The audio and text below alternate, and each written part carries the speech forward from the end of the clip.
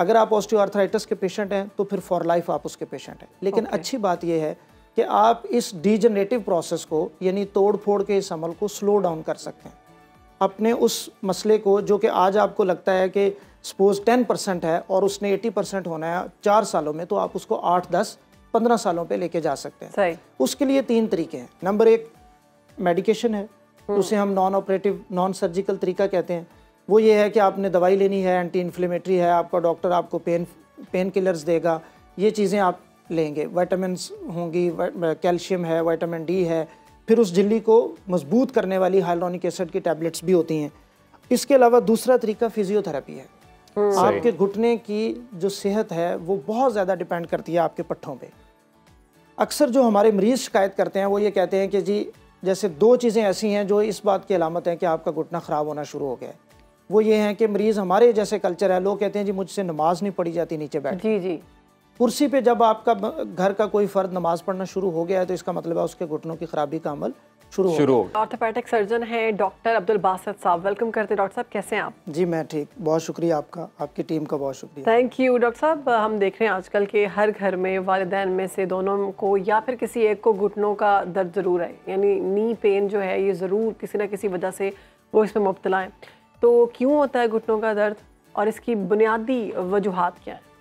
देखिए, जिस तरह इन्होंने भी कहा कि घुटनों का दर्द बड़ा कॉमन है, तकरीबन 45 से 50% लोग ऐसे हैं जो अपनी ज़िंदगी में कभी ना कभी घुटनों के दर्द का ज़रूर शिकार होते हैं। सही। और उनमें से अक्सरियत अगर मैं आपको बताऊं तो उन लोगों की होती है जिनकी एज 40+ होती है। जैसे आपने कहा ना, वालिदैन में से दोनों को या किसी एक को।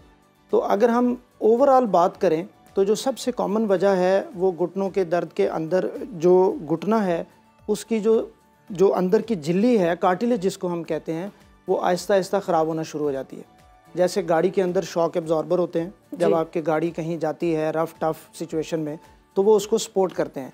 इसी तरह हमारे घुटने के अंदर जब हम खड़े होते हैं या चल रहे होते हैं तो दोनों हड्डियों के दरमियान, यानी ऊपर वाली हड्डी और नीचे वाली हड्डी के दरमियान एक कार्टिलेज होती है, झिल्ली होती है, वो उसको सपोर्ट करती है, वो नरम रखती है पूरे घुटने को और उस पूरे जॉइंट को। अब उसका मकसद ये होता है कि जब बंदा चलेगा या बैठता है या उठता है या अपनी एक्टिविटीज़ करता है तो वो फिर उसका जॉइंट पेन फ्री रहता है। अब उसका वियर एंड टियर स्टार्ट हो जाता है एज के साथ, खासकर लोगों में। और बाज़ औक़ात इसकी मल्टीपल रीज़न्स मैं आपको बताता हूँ। जो ज़्यादा वजह बनती है इसकी वो ये होती है कि एक बीमारी है, उसे हम कहते हैं ऑस्टियोआर्थराइटिस, वो हो जाता है, उसमें इसका वियर एंड टियर होता है। वैसे तो जिस तरह आपने कहा ना, बच्चों में या दूसरे लोगों में बेशुमार रीज़न्स हैं। किसी में चोट लग सकती है, किसी को गंठिए का मर्ज़ हो सकता है, यूरिक एसिड का मर्ज़ हो सकता है, कोई और बीमारी उसको हो सकती है। लेकिन जो ज़्यादा कॉमन है वो ऑस्टियोआर्थराइटिस की बीमारी है, जिसमें घुटने की वो झिल्ली नहीं होती है जो? नहीं, ये गंठिया ये अलग है। ओके। आर्थराइटिस बेसिकली कहते हैं जोड़ों की सोजिश को। आर्थरो से जोड़ है और उससे उसकी सोजिश आर्थराइटिस। अब इसकी डिफरेंट टाइप्स हैं। जैसे रिमाटॉइड आर्थराइटिस गंठिया है, उसमें ज़्यादातर छोटे जोड़ इन्वॉल्व होते हैं, हाथ के जोड़। बाज़ औक़ात लोग आपको बताएंगे कि हाथों के छोटे छोटे जोड़ों में दर्द होती है, पैर के छोटे जोड़ों में दर्द होती है, और सुबह के टाइम उनके जोड़ अकड़े हुए होते हैं, वो गंठिया की पिक्चर होती है। अल्लाह। ये जो होता है जिनमें सिर्फ जोड़, बड़ा जोड़ जिस तरह ये नी जॉइंट है, जो घुटने का जोड़ है, वो इन्वॉल्व होता है, इसमें ज़्यादातर ऑस्टियोआर्थराइटिस होता है। ये अलग है, वो अलग है। इसमें वियर एंड टियर होता है घुटने का। और डॉक्टर साहब इसका इलाज क्या है? अच्छा, मैं इलाज से पहले थोड़ा सा आपको बताना चाहूँगा कि इसकी जो वजूहात आम हमारे लाइफस्टाइल में और इस चीज़ में होती लाइफस्टाइल में ऐसी क्या गलतियाँ करते हैं इसकी वजह से ये पेन होता है? सबसे बड़ी वजह इसकी जो होती है वो आपका वेट है। वेट अगर आपका ज़्यादा, जाहिर है, देखिए ये जो हमारा जॉइंट है इसके ऊपर हमारी पूरी बॉडी का वेट आएगा, और ये ऐसी है जैसे आप गाड़ी के अंदर एक वज़न ज़्यादा रखेंगे उसकी डिग्गी में या कुछ चीज़ें, तो वो मुश्किल में आएगी वो। इसी तरह हमारा वेट, अगर हमारा, हम जैसे एक इंडेक्स हमने बनाया होता है कि BMI, वो आपका 30 से ज़्यादा है अगर, तो आप में 7% चांसेस ज़्यादा हैं कि आपको नी जॉइंट पेन होगी। ख़ासकर ख़वातीन में इसकी टेंडेंसी ज़्यादा होती है, उनमें नी जॉइंट पेन ज़्यादा होती है। फिर एक वजह बन जाती है बड़ी उन लोगों में जिनकी नेचर ऐसी होती है जॉब की कि उनके जॉइंट जो हैं वो बार बार उन्होंने चलना फिरना है, या जो लोग जॉगिंग करते हैं, रनिंग करते हैं रफ़ सर्फेसेस पे, उनको ये मसला हो जाता है। या फिर आपको कोई जोड़ की चोट लगी हुई हो उम्र के किसी हिस्से में, तब भी जोड़ आपका आहिस्ता आहिस्ता खराब होना शुरू हो जाता है। फिट रहने के लिए जॉगिंग भी जरूरी है, कुछ लोग करते हैं रेगुलर, तो बिल्कुल, लेकिन आप एक घास पे करें। नहीं, ये जो अक्सर पार्क्स में ट्रैक्स बने होते हैं, जॉगिंग ट्रैक्स, लेकिन आपने ये देखना है कि वो रफ सरफेस ना हो, वो स्मूथ सरफेस हो, घास के ऊपर आप करें, या फिर जब आप वो करते हैं तो उसके साथ आपकी बाकी सारी चीज़ें भी उसके साथ बैलेंस्ड हों, आपका वेट बैलेंस हो, आपकी डाइट बैलेंस हो, आपकी रेस्ट बैलेंस हो, ये सारी चीज़ें होनी चाहिए। स्ट्रेट ट्रैक हो, ऊपर नीचे उखड़ा हुआ इस तरह ना हो। हाँ, रफ सरफेस नहीं होनी चाहिए, पथरीला मत हो। देखिए जिस तरह हर शख्स जो है वो बुढ़ापे का शिकार हो रहा है, इसी तरह घुटना भी आपका बुढ़ापे का शिकार हो रहा है। इसको हम सादा जुबान में घुटने का बुढ़ापा कहते हैं, ऑस्टियोआर्थराइटिस को। अब इससे बचने के 3-4 बुनियादी तरीके होते हैं। जिस तरह आपने इलाज की बात की ना, कुछ इलाज तो वो हैं जो हम डॉक्टर देते हैं, लेकिन कुछ इलाज वो हैं जो हमें लाइफस्टाइल में और अपनी रूटीन ज़िंदगी में है। नंबर 1 आपकी डाइट अच्छी होनी चाहिए, बैलेंस डाइट आपकी होनी चाहिए जो आपको ओवरऑल फिट रखेगी। नंबर 2 आपका वेट अच्छा होना चाहिए। नंबर 3 एक बहुत इंपॉर्टेंट फैक्टर है जिसको हम आजकल खासकर इग्नोर करते हैं, वो है रेस्ट। आपकी रेस्ट अच्छी होनी चाहिए। जब आप सोते हैं तो आपकी पूरी बॉडी एक किस्म की रिक्रिएशन है उसकी, वो सारी दोबारा से तैयार होती है एक्टिविटी के लिए। रेस्ट आपकी अच्छी होनी चाहिए। फिर आपकी फ़िज़िकल एक्टिविटी ज़रूर होनी चाहिए। एक्सरसाइज आप करें, आप स्विमिंग करें, आप साइकिलिंग करें। साइकिलिंग बहुत रोल प्ले करती है घुटने को मजबूत करने में। सर्दियों में कुछ लोगों को वैसे दर्द नहीं होता, लेकिन जैसे जैसे मौसम ठंडा होता है तो नी जॉइंट्स में पेन होना शुरू हो जाता है। नी जॉइंट या ओवरऑल जोड़ों का दर्द जो है ना वो सर्दियों में बढ़ जाता है। इसकी मल्टीपल रीजंस हैं। एक रीज़न तो ये होती है कि जैसे जॉइंट के अंदर फ्लूइड होता है, पानी होता है, पूरा जोड़ अंदर से एक लुब्रिकेंट कहते हैं। नहीं, एक तो झिल्ली होती है, उसे कार्टिलेज कहते हैं। ओके। जोड़ जो होता है वो एक बंद होता है सारा ही, उसके अंदर फ्लूइड होता है, साइनोवियल फ्लूइड उसे हम कहते हैं। वो एक किस्म की लुब्रिकेंट के तौर पे काम करता है ताकि वो सरफेसेस रफ ना हो, स्मूथ रहें। ओके। वो जब उसका टेम्परेचर कम होता है तो उससे भी बंदे को पेन होना स्टार्ट हो जाती है। इन्फ्लेमेटरी प्रोसेस उससे बढ़ जाता है। सर्दियों में ये एक मेन रीजन बनती है इन्फ्लेमेटरी प्रोसेस बढ़ जाने की। और अच्छा, कुछ लोग ये होते हैं कि अगर वो गिर जाएं तो वो जो कार्टिलेज है उसके बारे में कहा जाता है कि वो डैमेज हो गई है, वो फट गई है। जो घुटने के जोड़ में कार्टिलेज है उसे मेनिस्कस कहते हैं। ओके। कुदरत ने ये इतना खूबसूरत तरीका बनाया है कि जो ऊपर का हड्डी है और नीचे की हड्डी है उन दोनों के दरमियान मेनिस्कस हैं, दोनों साइडों पे, अंदर भी और बाहर भी, मीडियल लैटरल उसे हम कहते हैं। उसका टियर हो जाता है। स्पोर्ट्स इंजरी में बहुत कॉमन है, जो लोग फुटबॉल खेलते हैं उनमें बहुत कॉमन है, खिलाड़ियों में बहुत कॉमन है। लिगामेंट्स की इंजरी हो जाती है या उस कार्टिलेज की। उसके फिर डिफरेंट इलाज हैं, उसको मेडिसिन के ज़रिए या अब तो बहुत लेटेस्ट आर्थ्रोस्कोपी है, कैमरे के ज़रिए उसको ठीक किया जाता है। डॉक्टर साहब, वैसे कुछ लोग घुटनों में इंजेक्शन भी लगवाते हैं। अच्छा, आपने क्वेश्चन पूछा था इलाज का, मैं चाहूँगा इसका जवाब उसके साथ दूँ। पहली बात तो यह है इसके बारे में एक बुरी खबर, और वो ये है कि ये मर्ज़ ख़त्म कभी नहीं हो सकता। अगर आप ऑस्टियोआर्थराइटिस के पेशेंट हैं तो फिर फॉर लाइफ आप उसके पेशेंट हैं। लेकिन अच्छी बात यह है कि आप इस डीजनरेटिव प्रोसेस को, यानी तोड़ फोड़ के इस अमल को स्लो डाउन कर सकते हैं।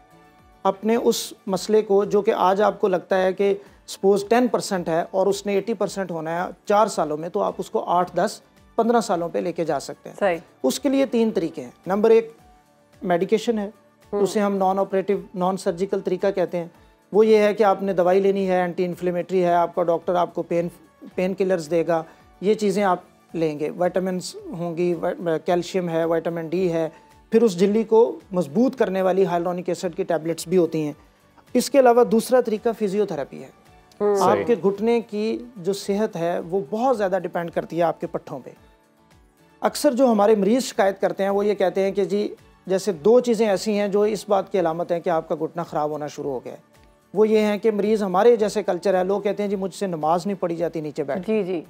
कुर्सी पे जब आपका घर का कोई फ़र्द नमाज पढ़ना शुरू हो गया है तो इसका मतलब है उसके घुटनों की ख़राबी का अमल शुरू हो। एक और चीज़ इसमें ऐड ले लें, करना चाहती हूँ मैं कि सी सेक्शन जब होता है ख़वातीन का, तो 6 मंथ और 7 मंथ्स तक वो अपना घुटना फोल्ड करके नमाज नहीं पढ़ पाती। उसका खैर इसका वैसे उसके साथ कोई डायरेक्ट लिंक नहीं होता सी सेक्शन के साथ। बाज़ औक़ात लोग होते हैं जो कर नहीं सकते तो उनको ये लगता है की वजह से होता है, पट्ठों की वजह से या रेस्ट की वजह से। अदरवाइज इसका कोई डायरेक्ट लिंक उसके सी सेक्शन के साथ नहीं होता। दूसरा बड़ा मसला होता है हमारे यहाँ, जैसे अब तो बाज़ जगहों पे इंग्लिश कमोड है, लेकिन ज़्यादातर जो है वो मशरकी कमोड है, नीचे बैठ के लोग वॉशरूम करते हैं, उनसे उठा नहीं जाता। तो ये 2 बड़े प्रॉब्लम लाइफस्टाइल के अंदर आ जाते हैं। इलाज में जिस तरह मैंने आपको बताया, एक तो दवाइयाँ, फिजियोथेरेपी, आपने घुटने को मजबूत करना है, उसके ये पट्टे मजबूत होने चाहिए वर्जिश के ज़रिए। और वो बड़ी आसान वर्जिश है। आप एक चेयर पे बैठें, बेड पे बैठें, आपका घुटना बिल्कुल हवा में होना चाहिए, लेग आपकी घुटने से नीचे वाला हिस्सा, और आप उसको सीधा करें और इकट्ठा करें। 10 दफ़ा उसको स्ट्रेट करें, 10 दफ़ा इकट्ठा करें, राइट और लेफ्ट। तो ये बड़ी अच्छी एक्सरसाइज है। स्ट्रेट एंड, हाँ, उसको आपने इकट्ठा सीधा करना है, एक्सटेंशन उसको कहते हैं, और इकट्ठा करना है, फ्लेक्स उसको कहते हैं। फिर साइकिलिंग बहुत अच्छी है जो आपने बताया, स्विमिंग बहुत अच्छी है, ये एक्सरसाइजेज हैं। इंजेक्शन, जहाँ तक बात है, इंजेक्शन लगते हैं घुटने की कंडीशन के लिहाज से। उसकी टाइप्स होती हैं ऑस्टियोआर्थराइटिस की, 1 2 3 4 5 तक ये जाता है। अब इसमें जो अर्ली स्टेजेस हैं उसमें हम घुटने में जेल के इंजेक्शन या घुटने में जेल प्रोड्यूस करने वाले इंजेक्शन लगाते हैं। जेल से मुराद है वो लुब्रिकेंट जो उसको नरम रखता है। वो इंजेक्शन जो आम तौर पे लगाए जाते हैं बहुत सस्ते स्टीराइड के, उनसे अवॉइड करना चाहिए। डॉक्टर साहब, वो अच्छे नहीं वक्त बड़ा कम है, मैं चाहती हूँ कि ज़्यादा से ज़्यादा चीज़ें जो है ना कवर हो जाएँ। घुटने चेंज करवाए जाते हैं जब बहुत ज़्यादा मसले हो जाते हैं एक्सीडेंट की सूरत में, वो ठीक है? और कितना, क्या वो पेनफुल प्रोसेस है और उस पे खर्चा कितना आता है? बिल्कुल ठीक है। अगर आपको घुटने तब्दील करवाने की जरूरत है तो इससे डरना नहीं चाहिए। दुनिया में तो ये कई सालों से लोग डर रहे हैं कि हम अपने, लोग इसलिए डरते हैं। देखिए प्रॉब्लम ये है कि एक तो ये बहुत महंगा ऑपरेशन है। ओके। दूसरा, हमारे यहाँ खामखा कोई ना कोई बंदा मशवरा दे देता है कि जी मैंने सुना एक बंदे ने घुटना तब्दील करवाया, उसका बड़ा मसला हो गया। हाँ जी। घुटना आप किसी कॉम्पिटेंट सर्जन से, अच्छे हॉस्पिटल से, अच्छी कंपनी का घुटना जब चेंज करवाएंगे, जब अच्छी कंपनी का घुटना चेंज होगा तो उसकी लाइफ बहुत अच्छी है। कंपनीज भी होती है इसमें? यस, इसकी कंपनीज भी हैं जिसका घुटना, असल तो महंगी चीज ही वो है ना जो घुटना अंदर डाला जाता है। अमेरिकन कंपनीज है, जर्मन कंपनीज हैं, वो अच्छे जो घुटने हैं चाइना के नहीं डलवाएं 15 से 20 साल तक वो चल जाते हैं।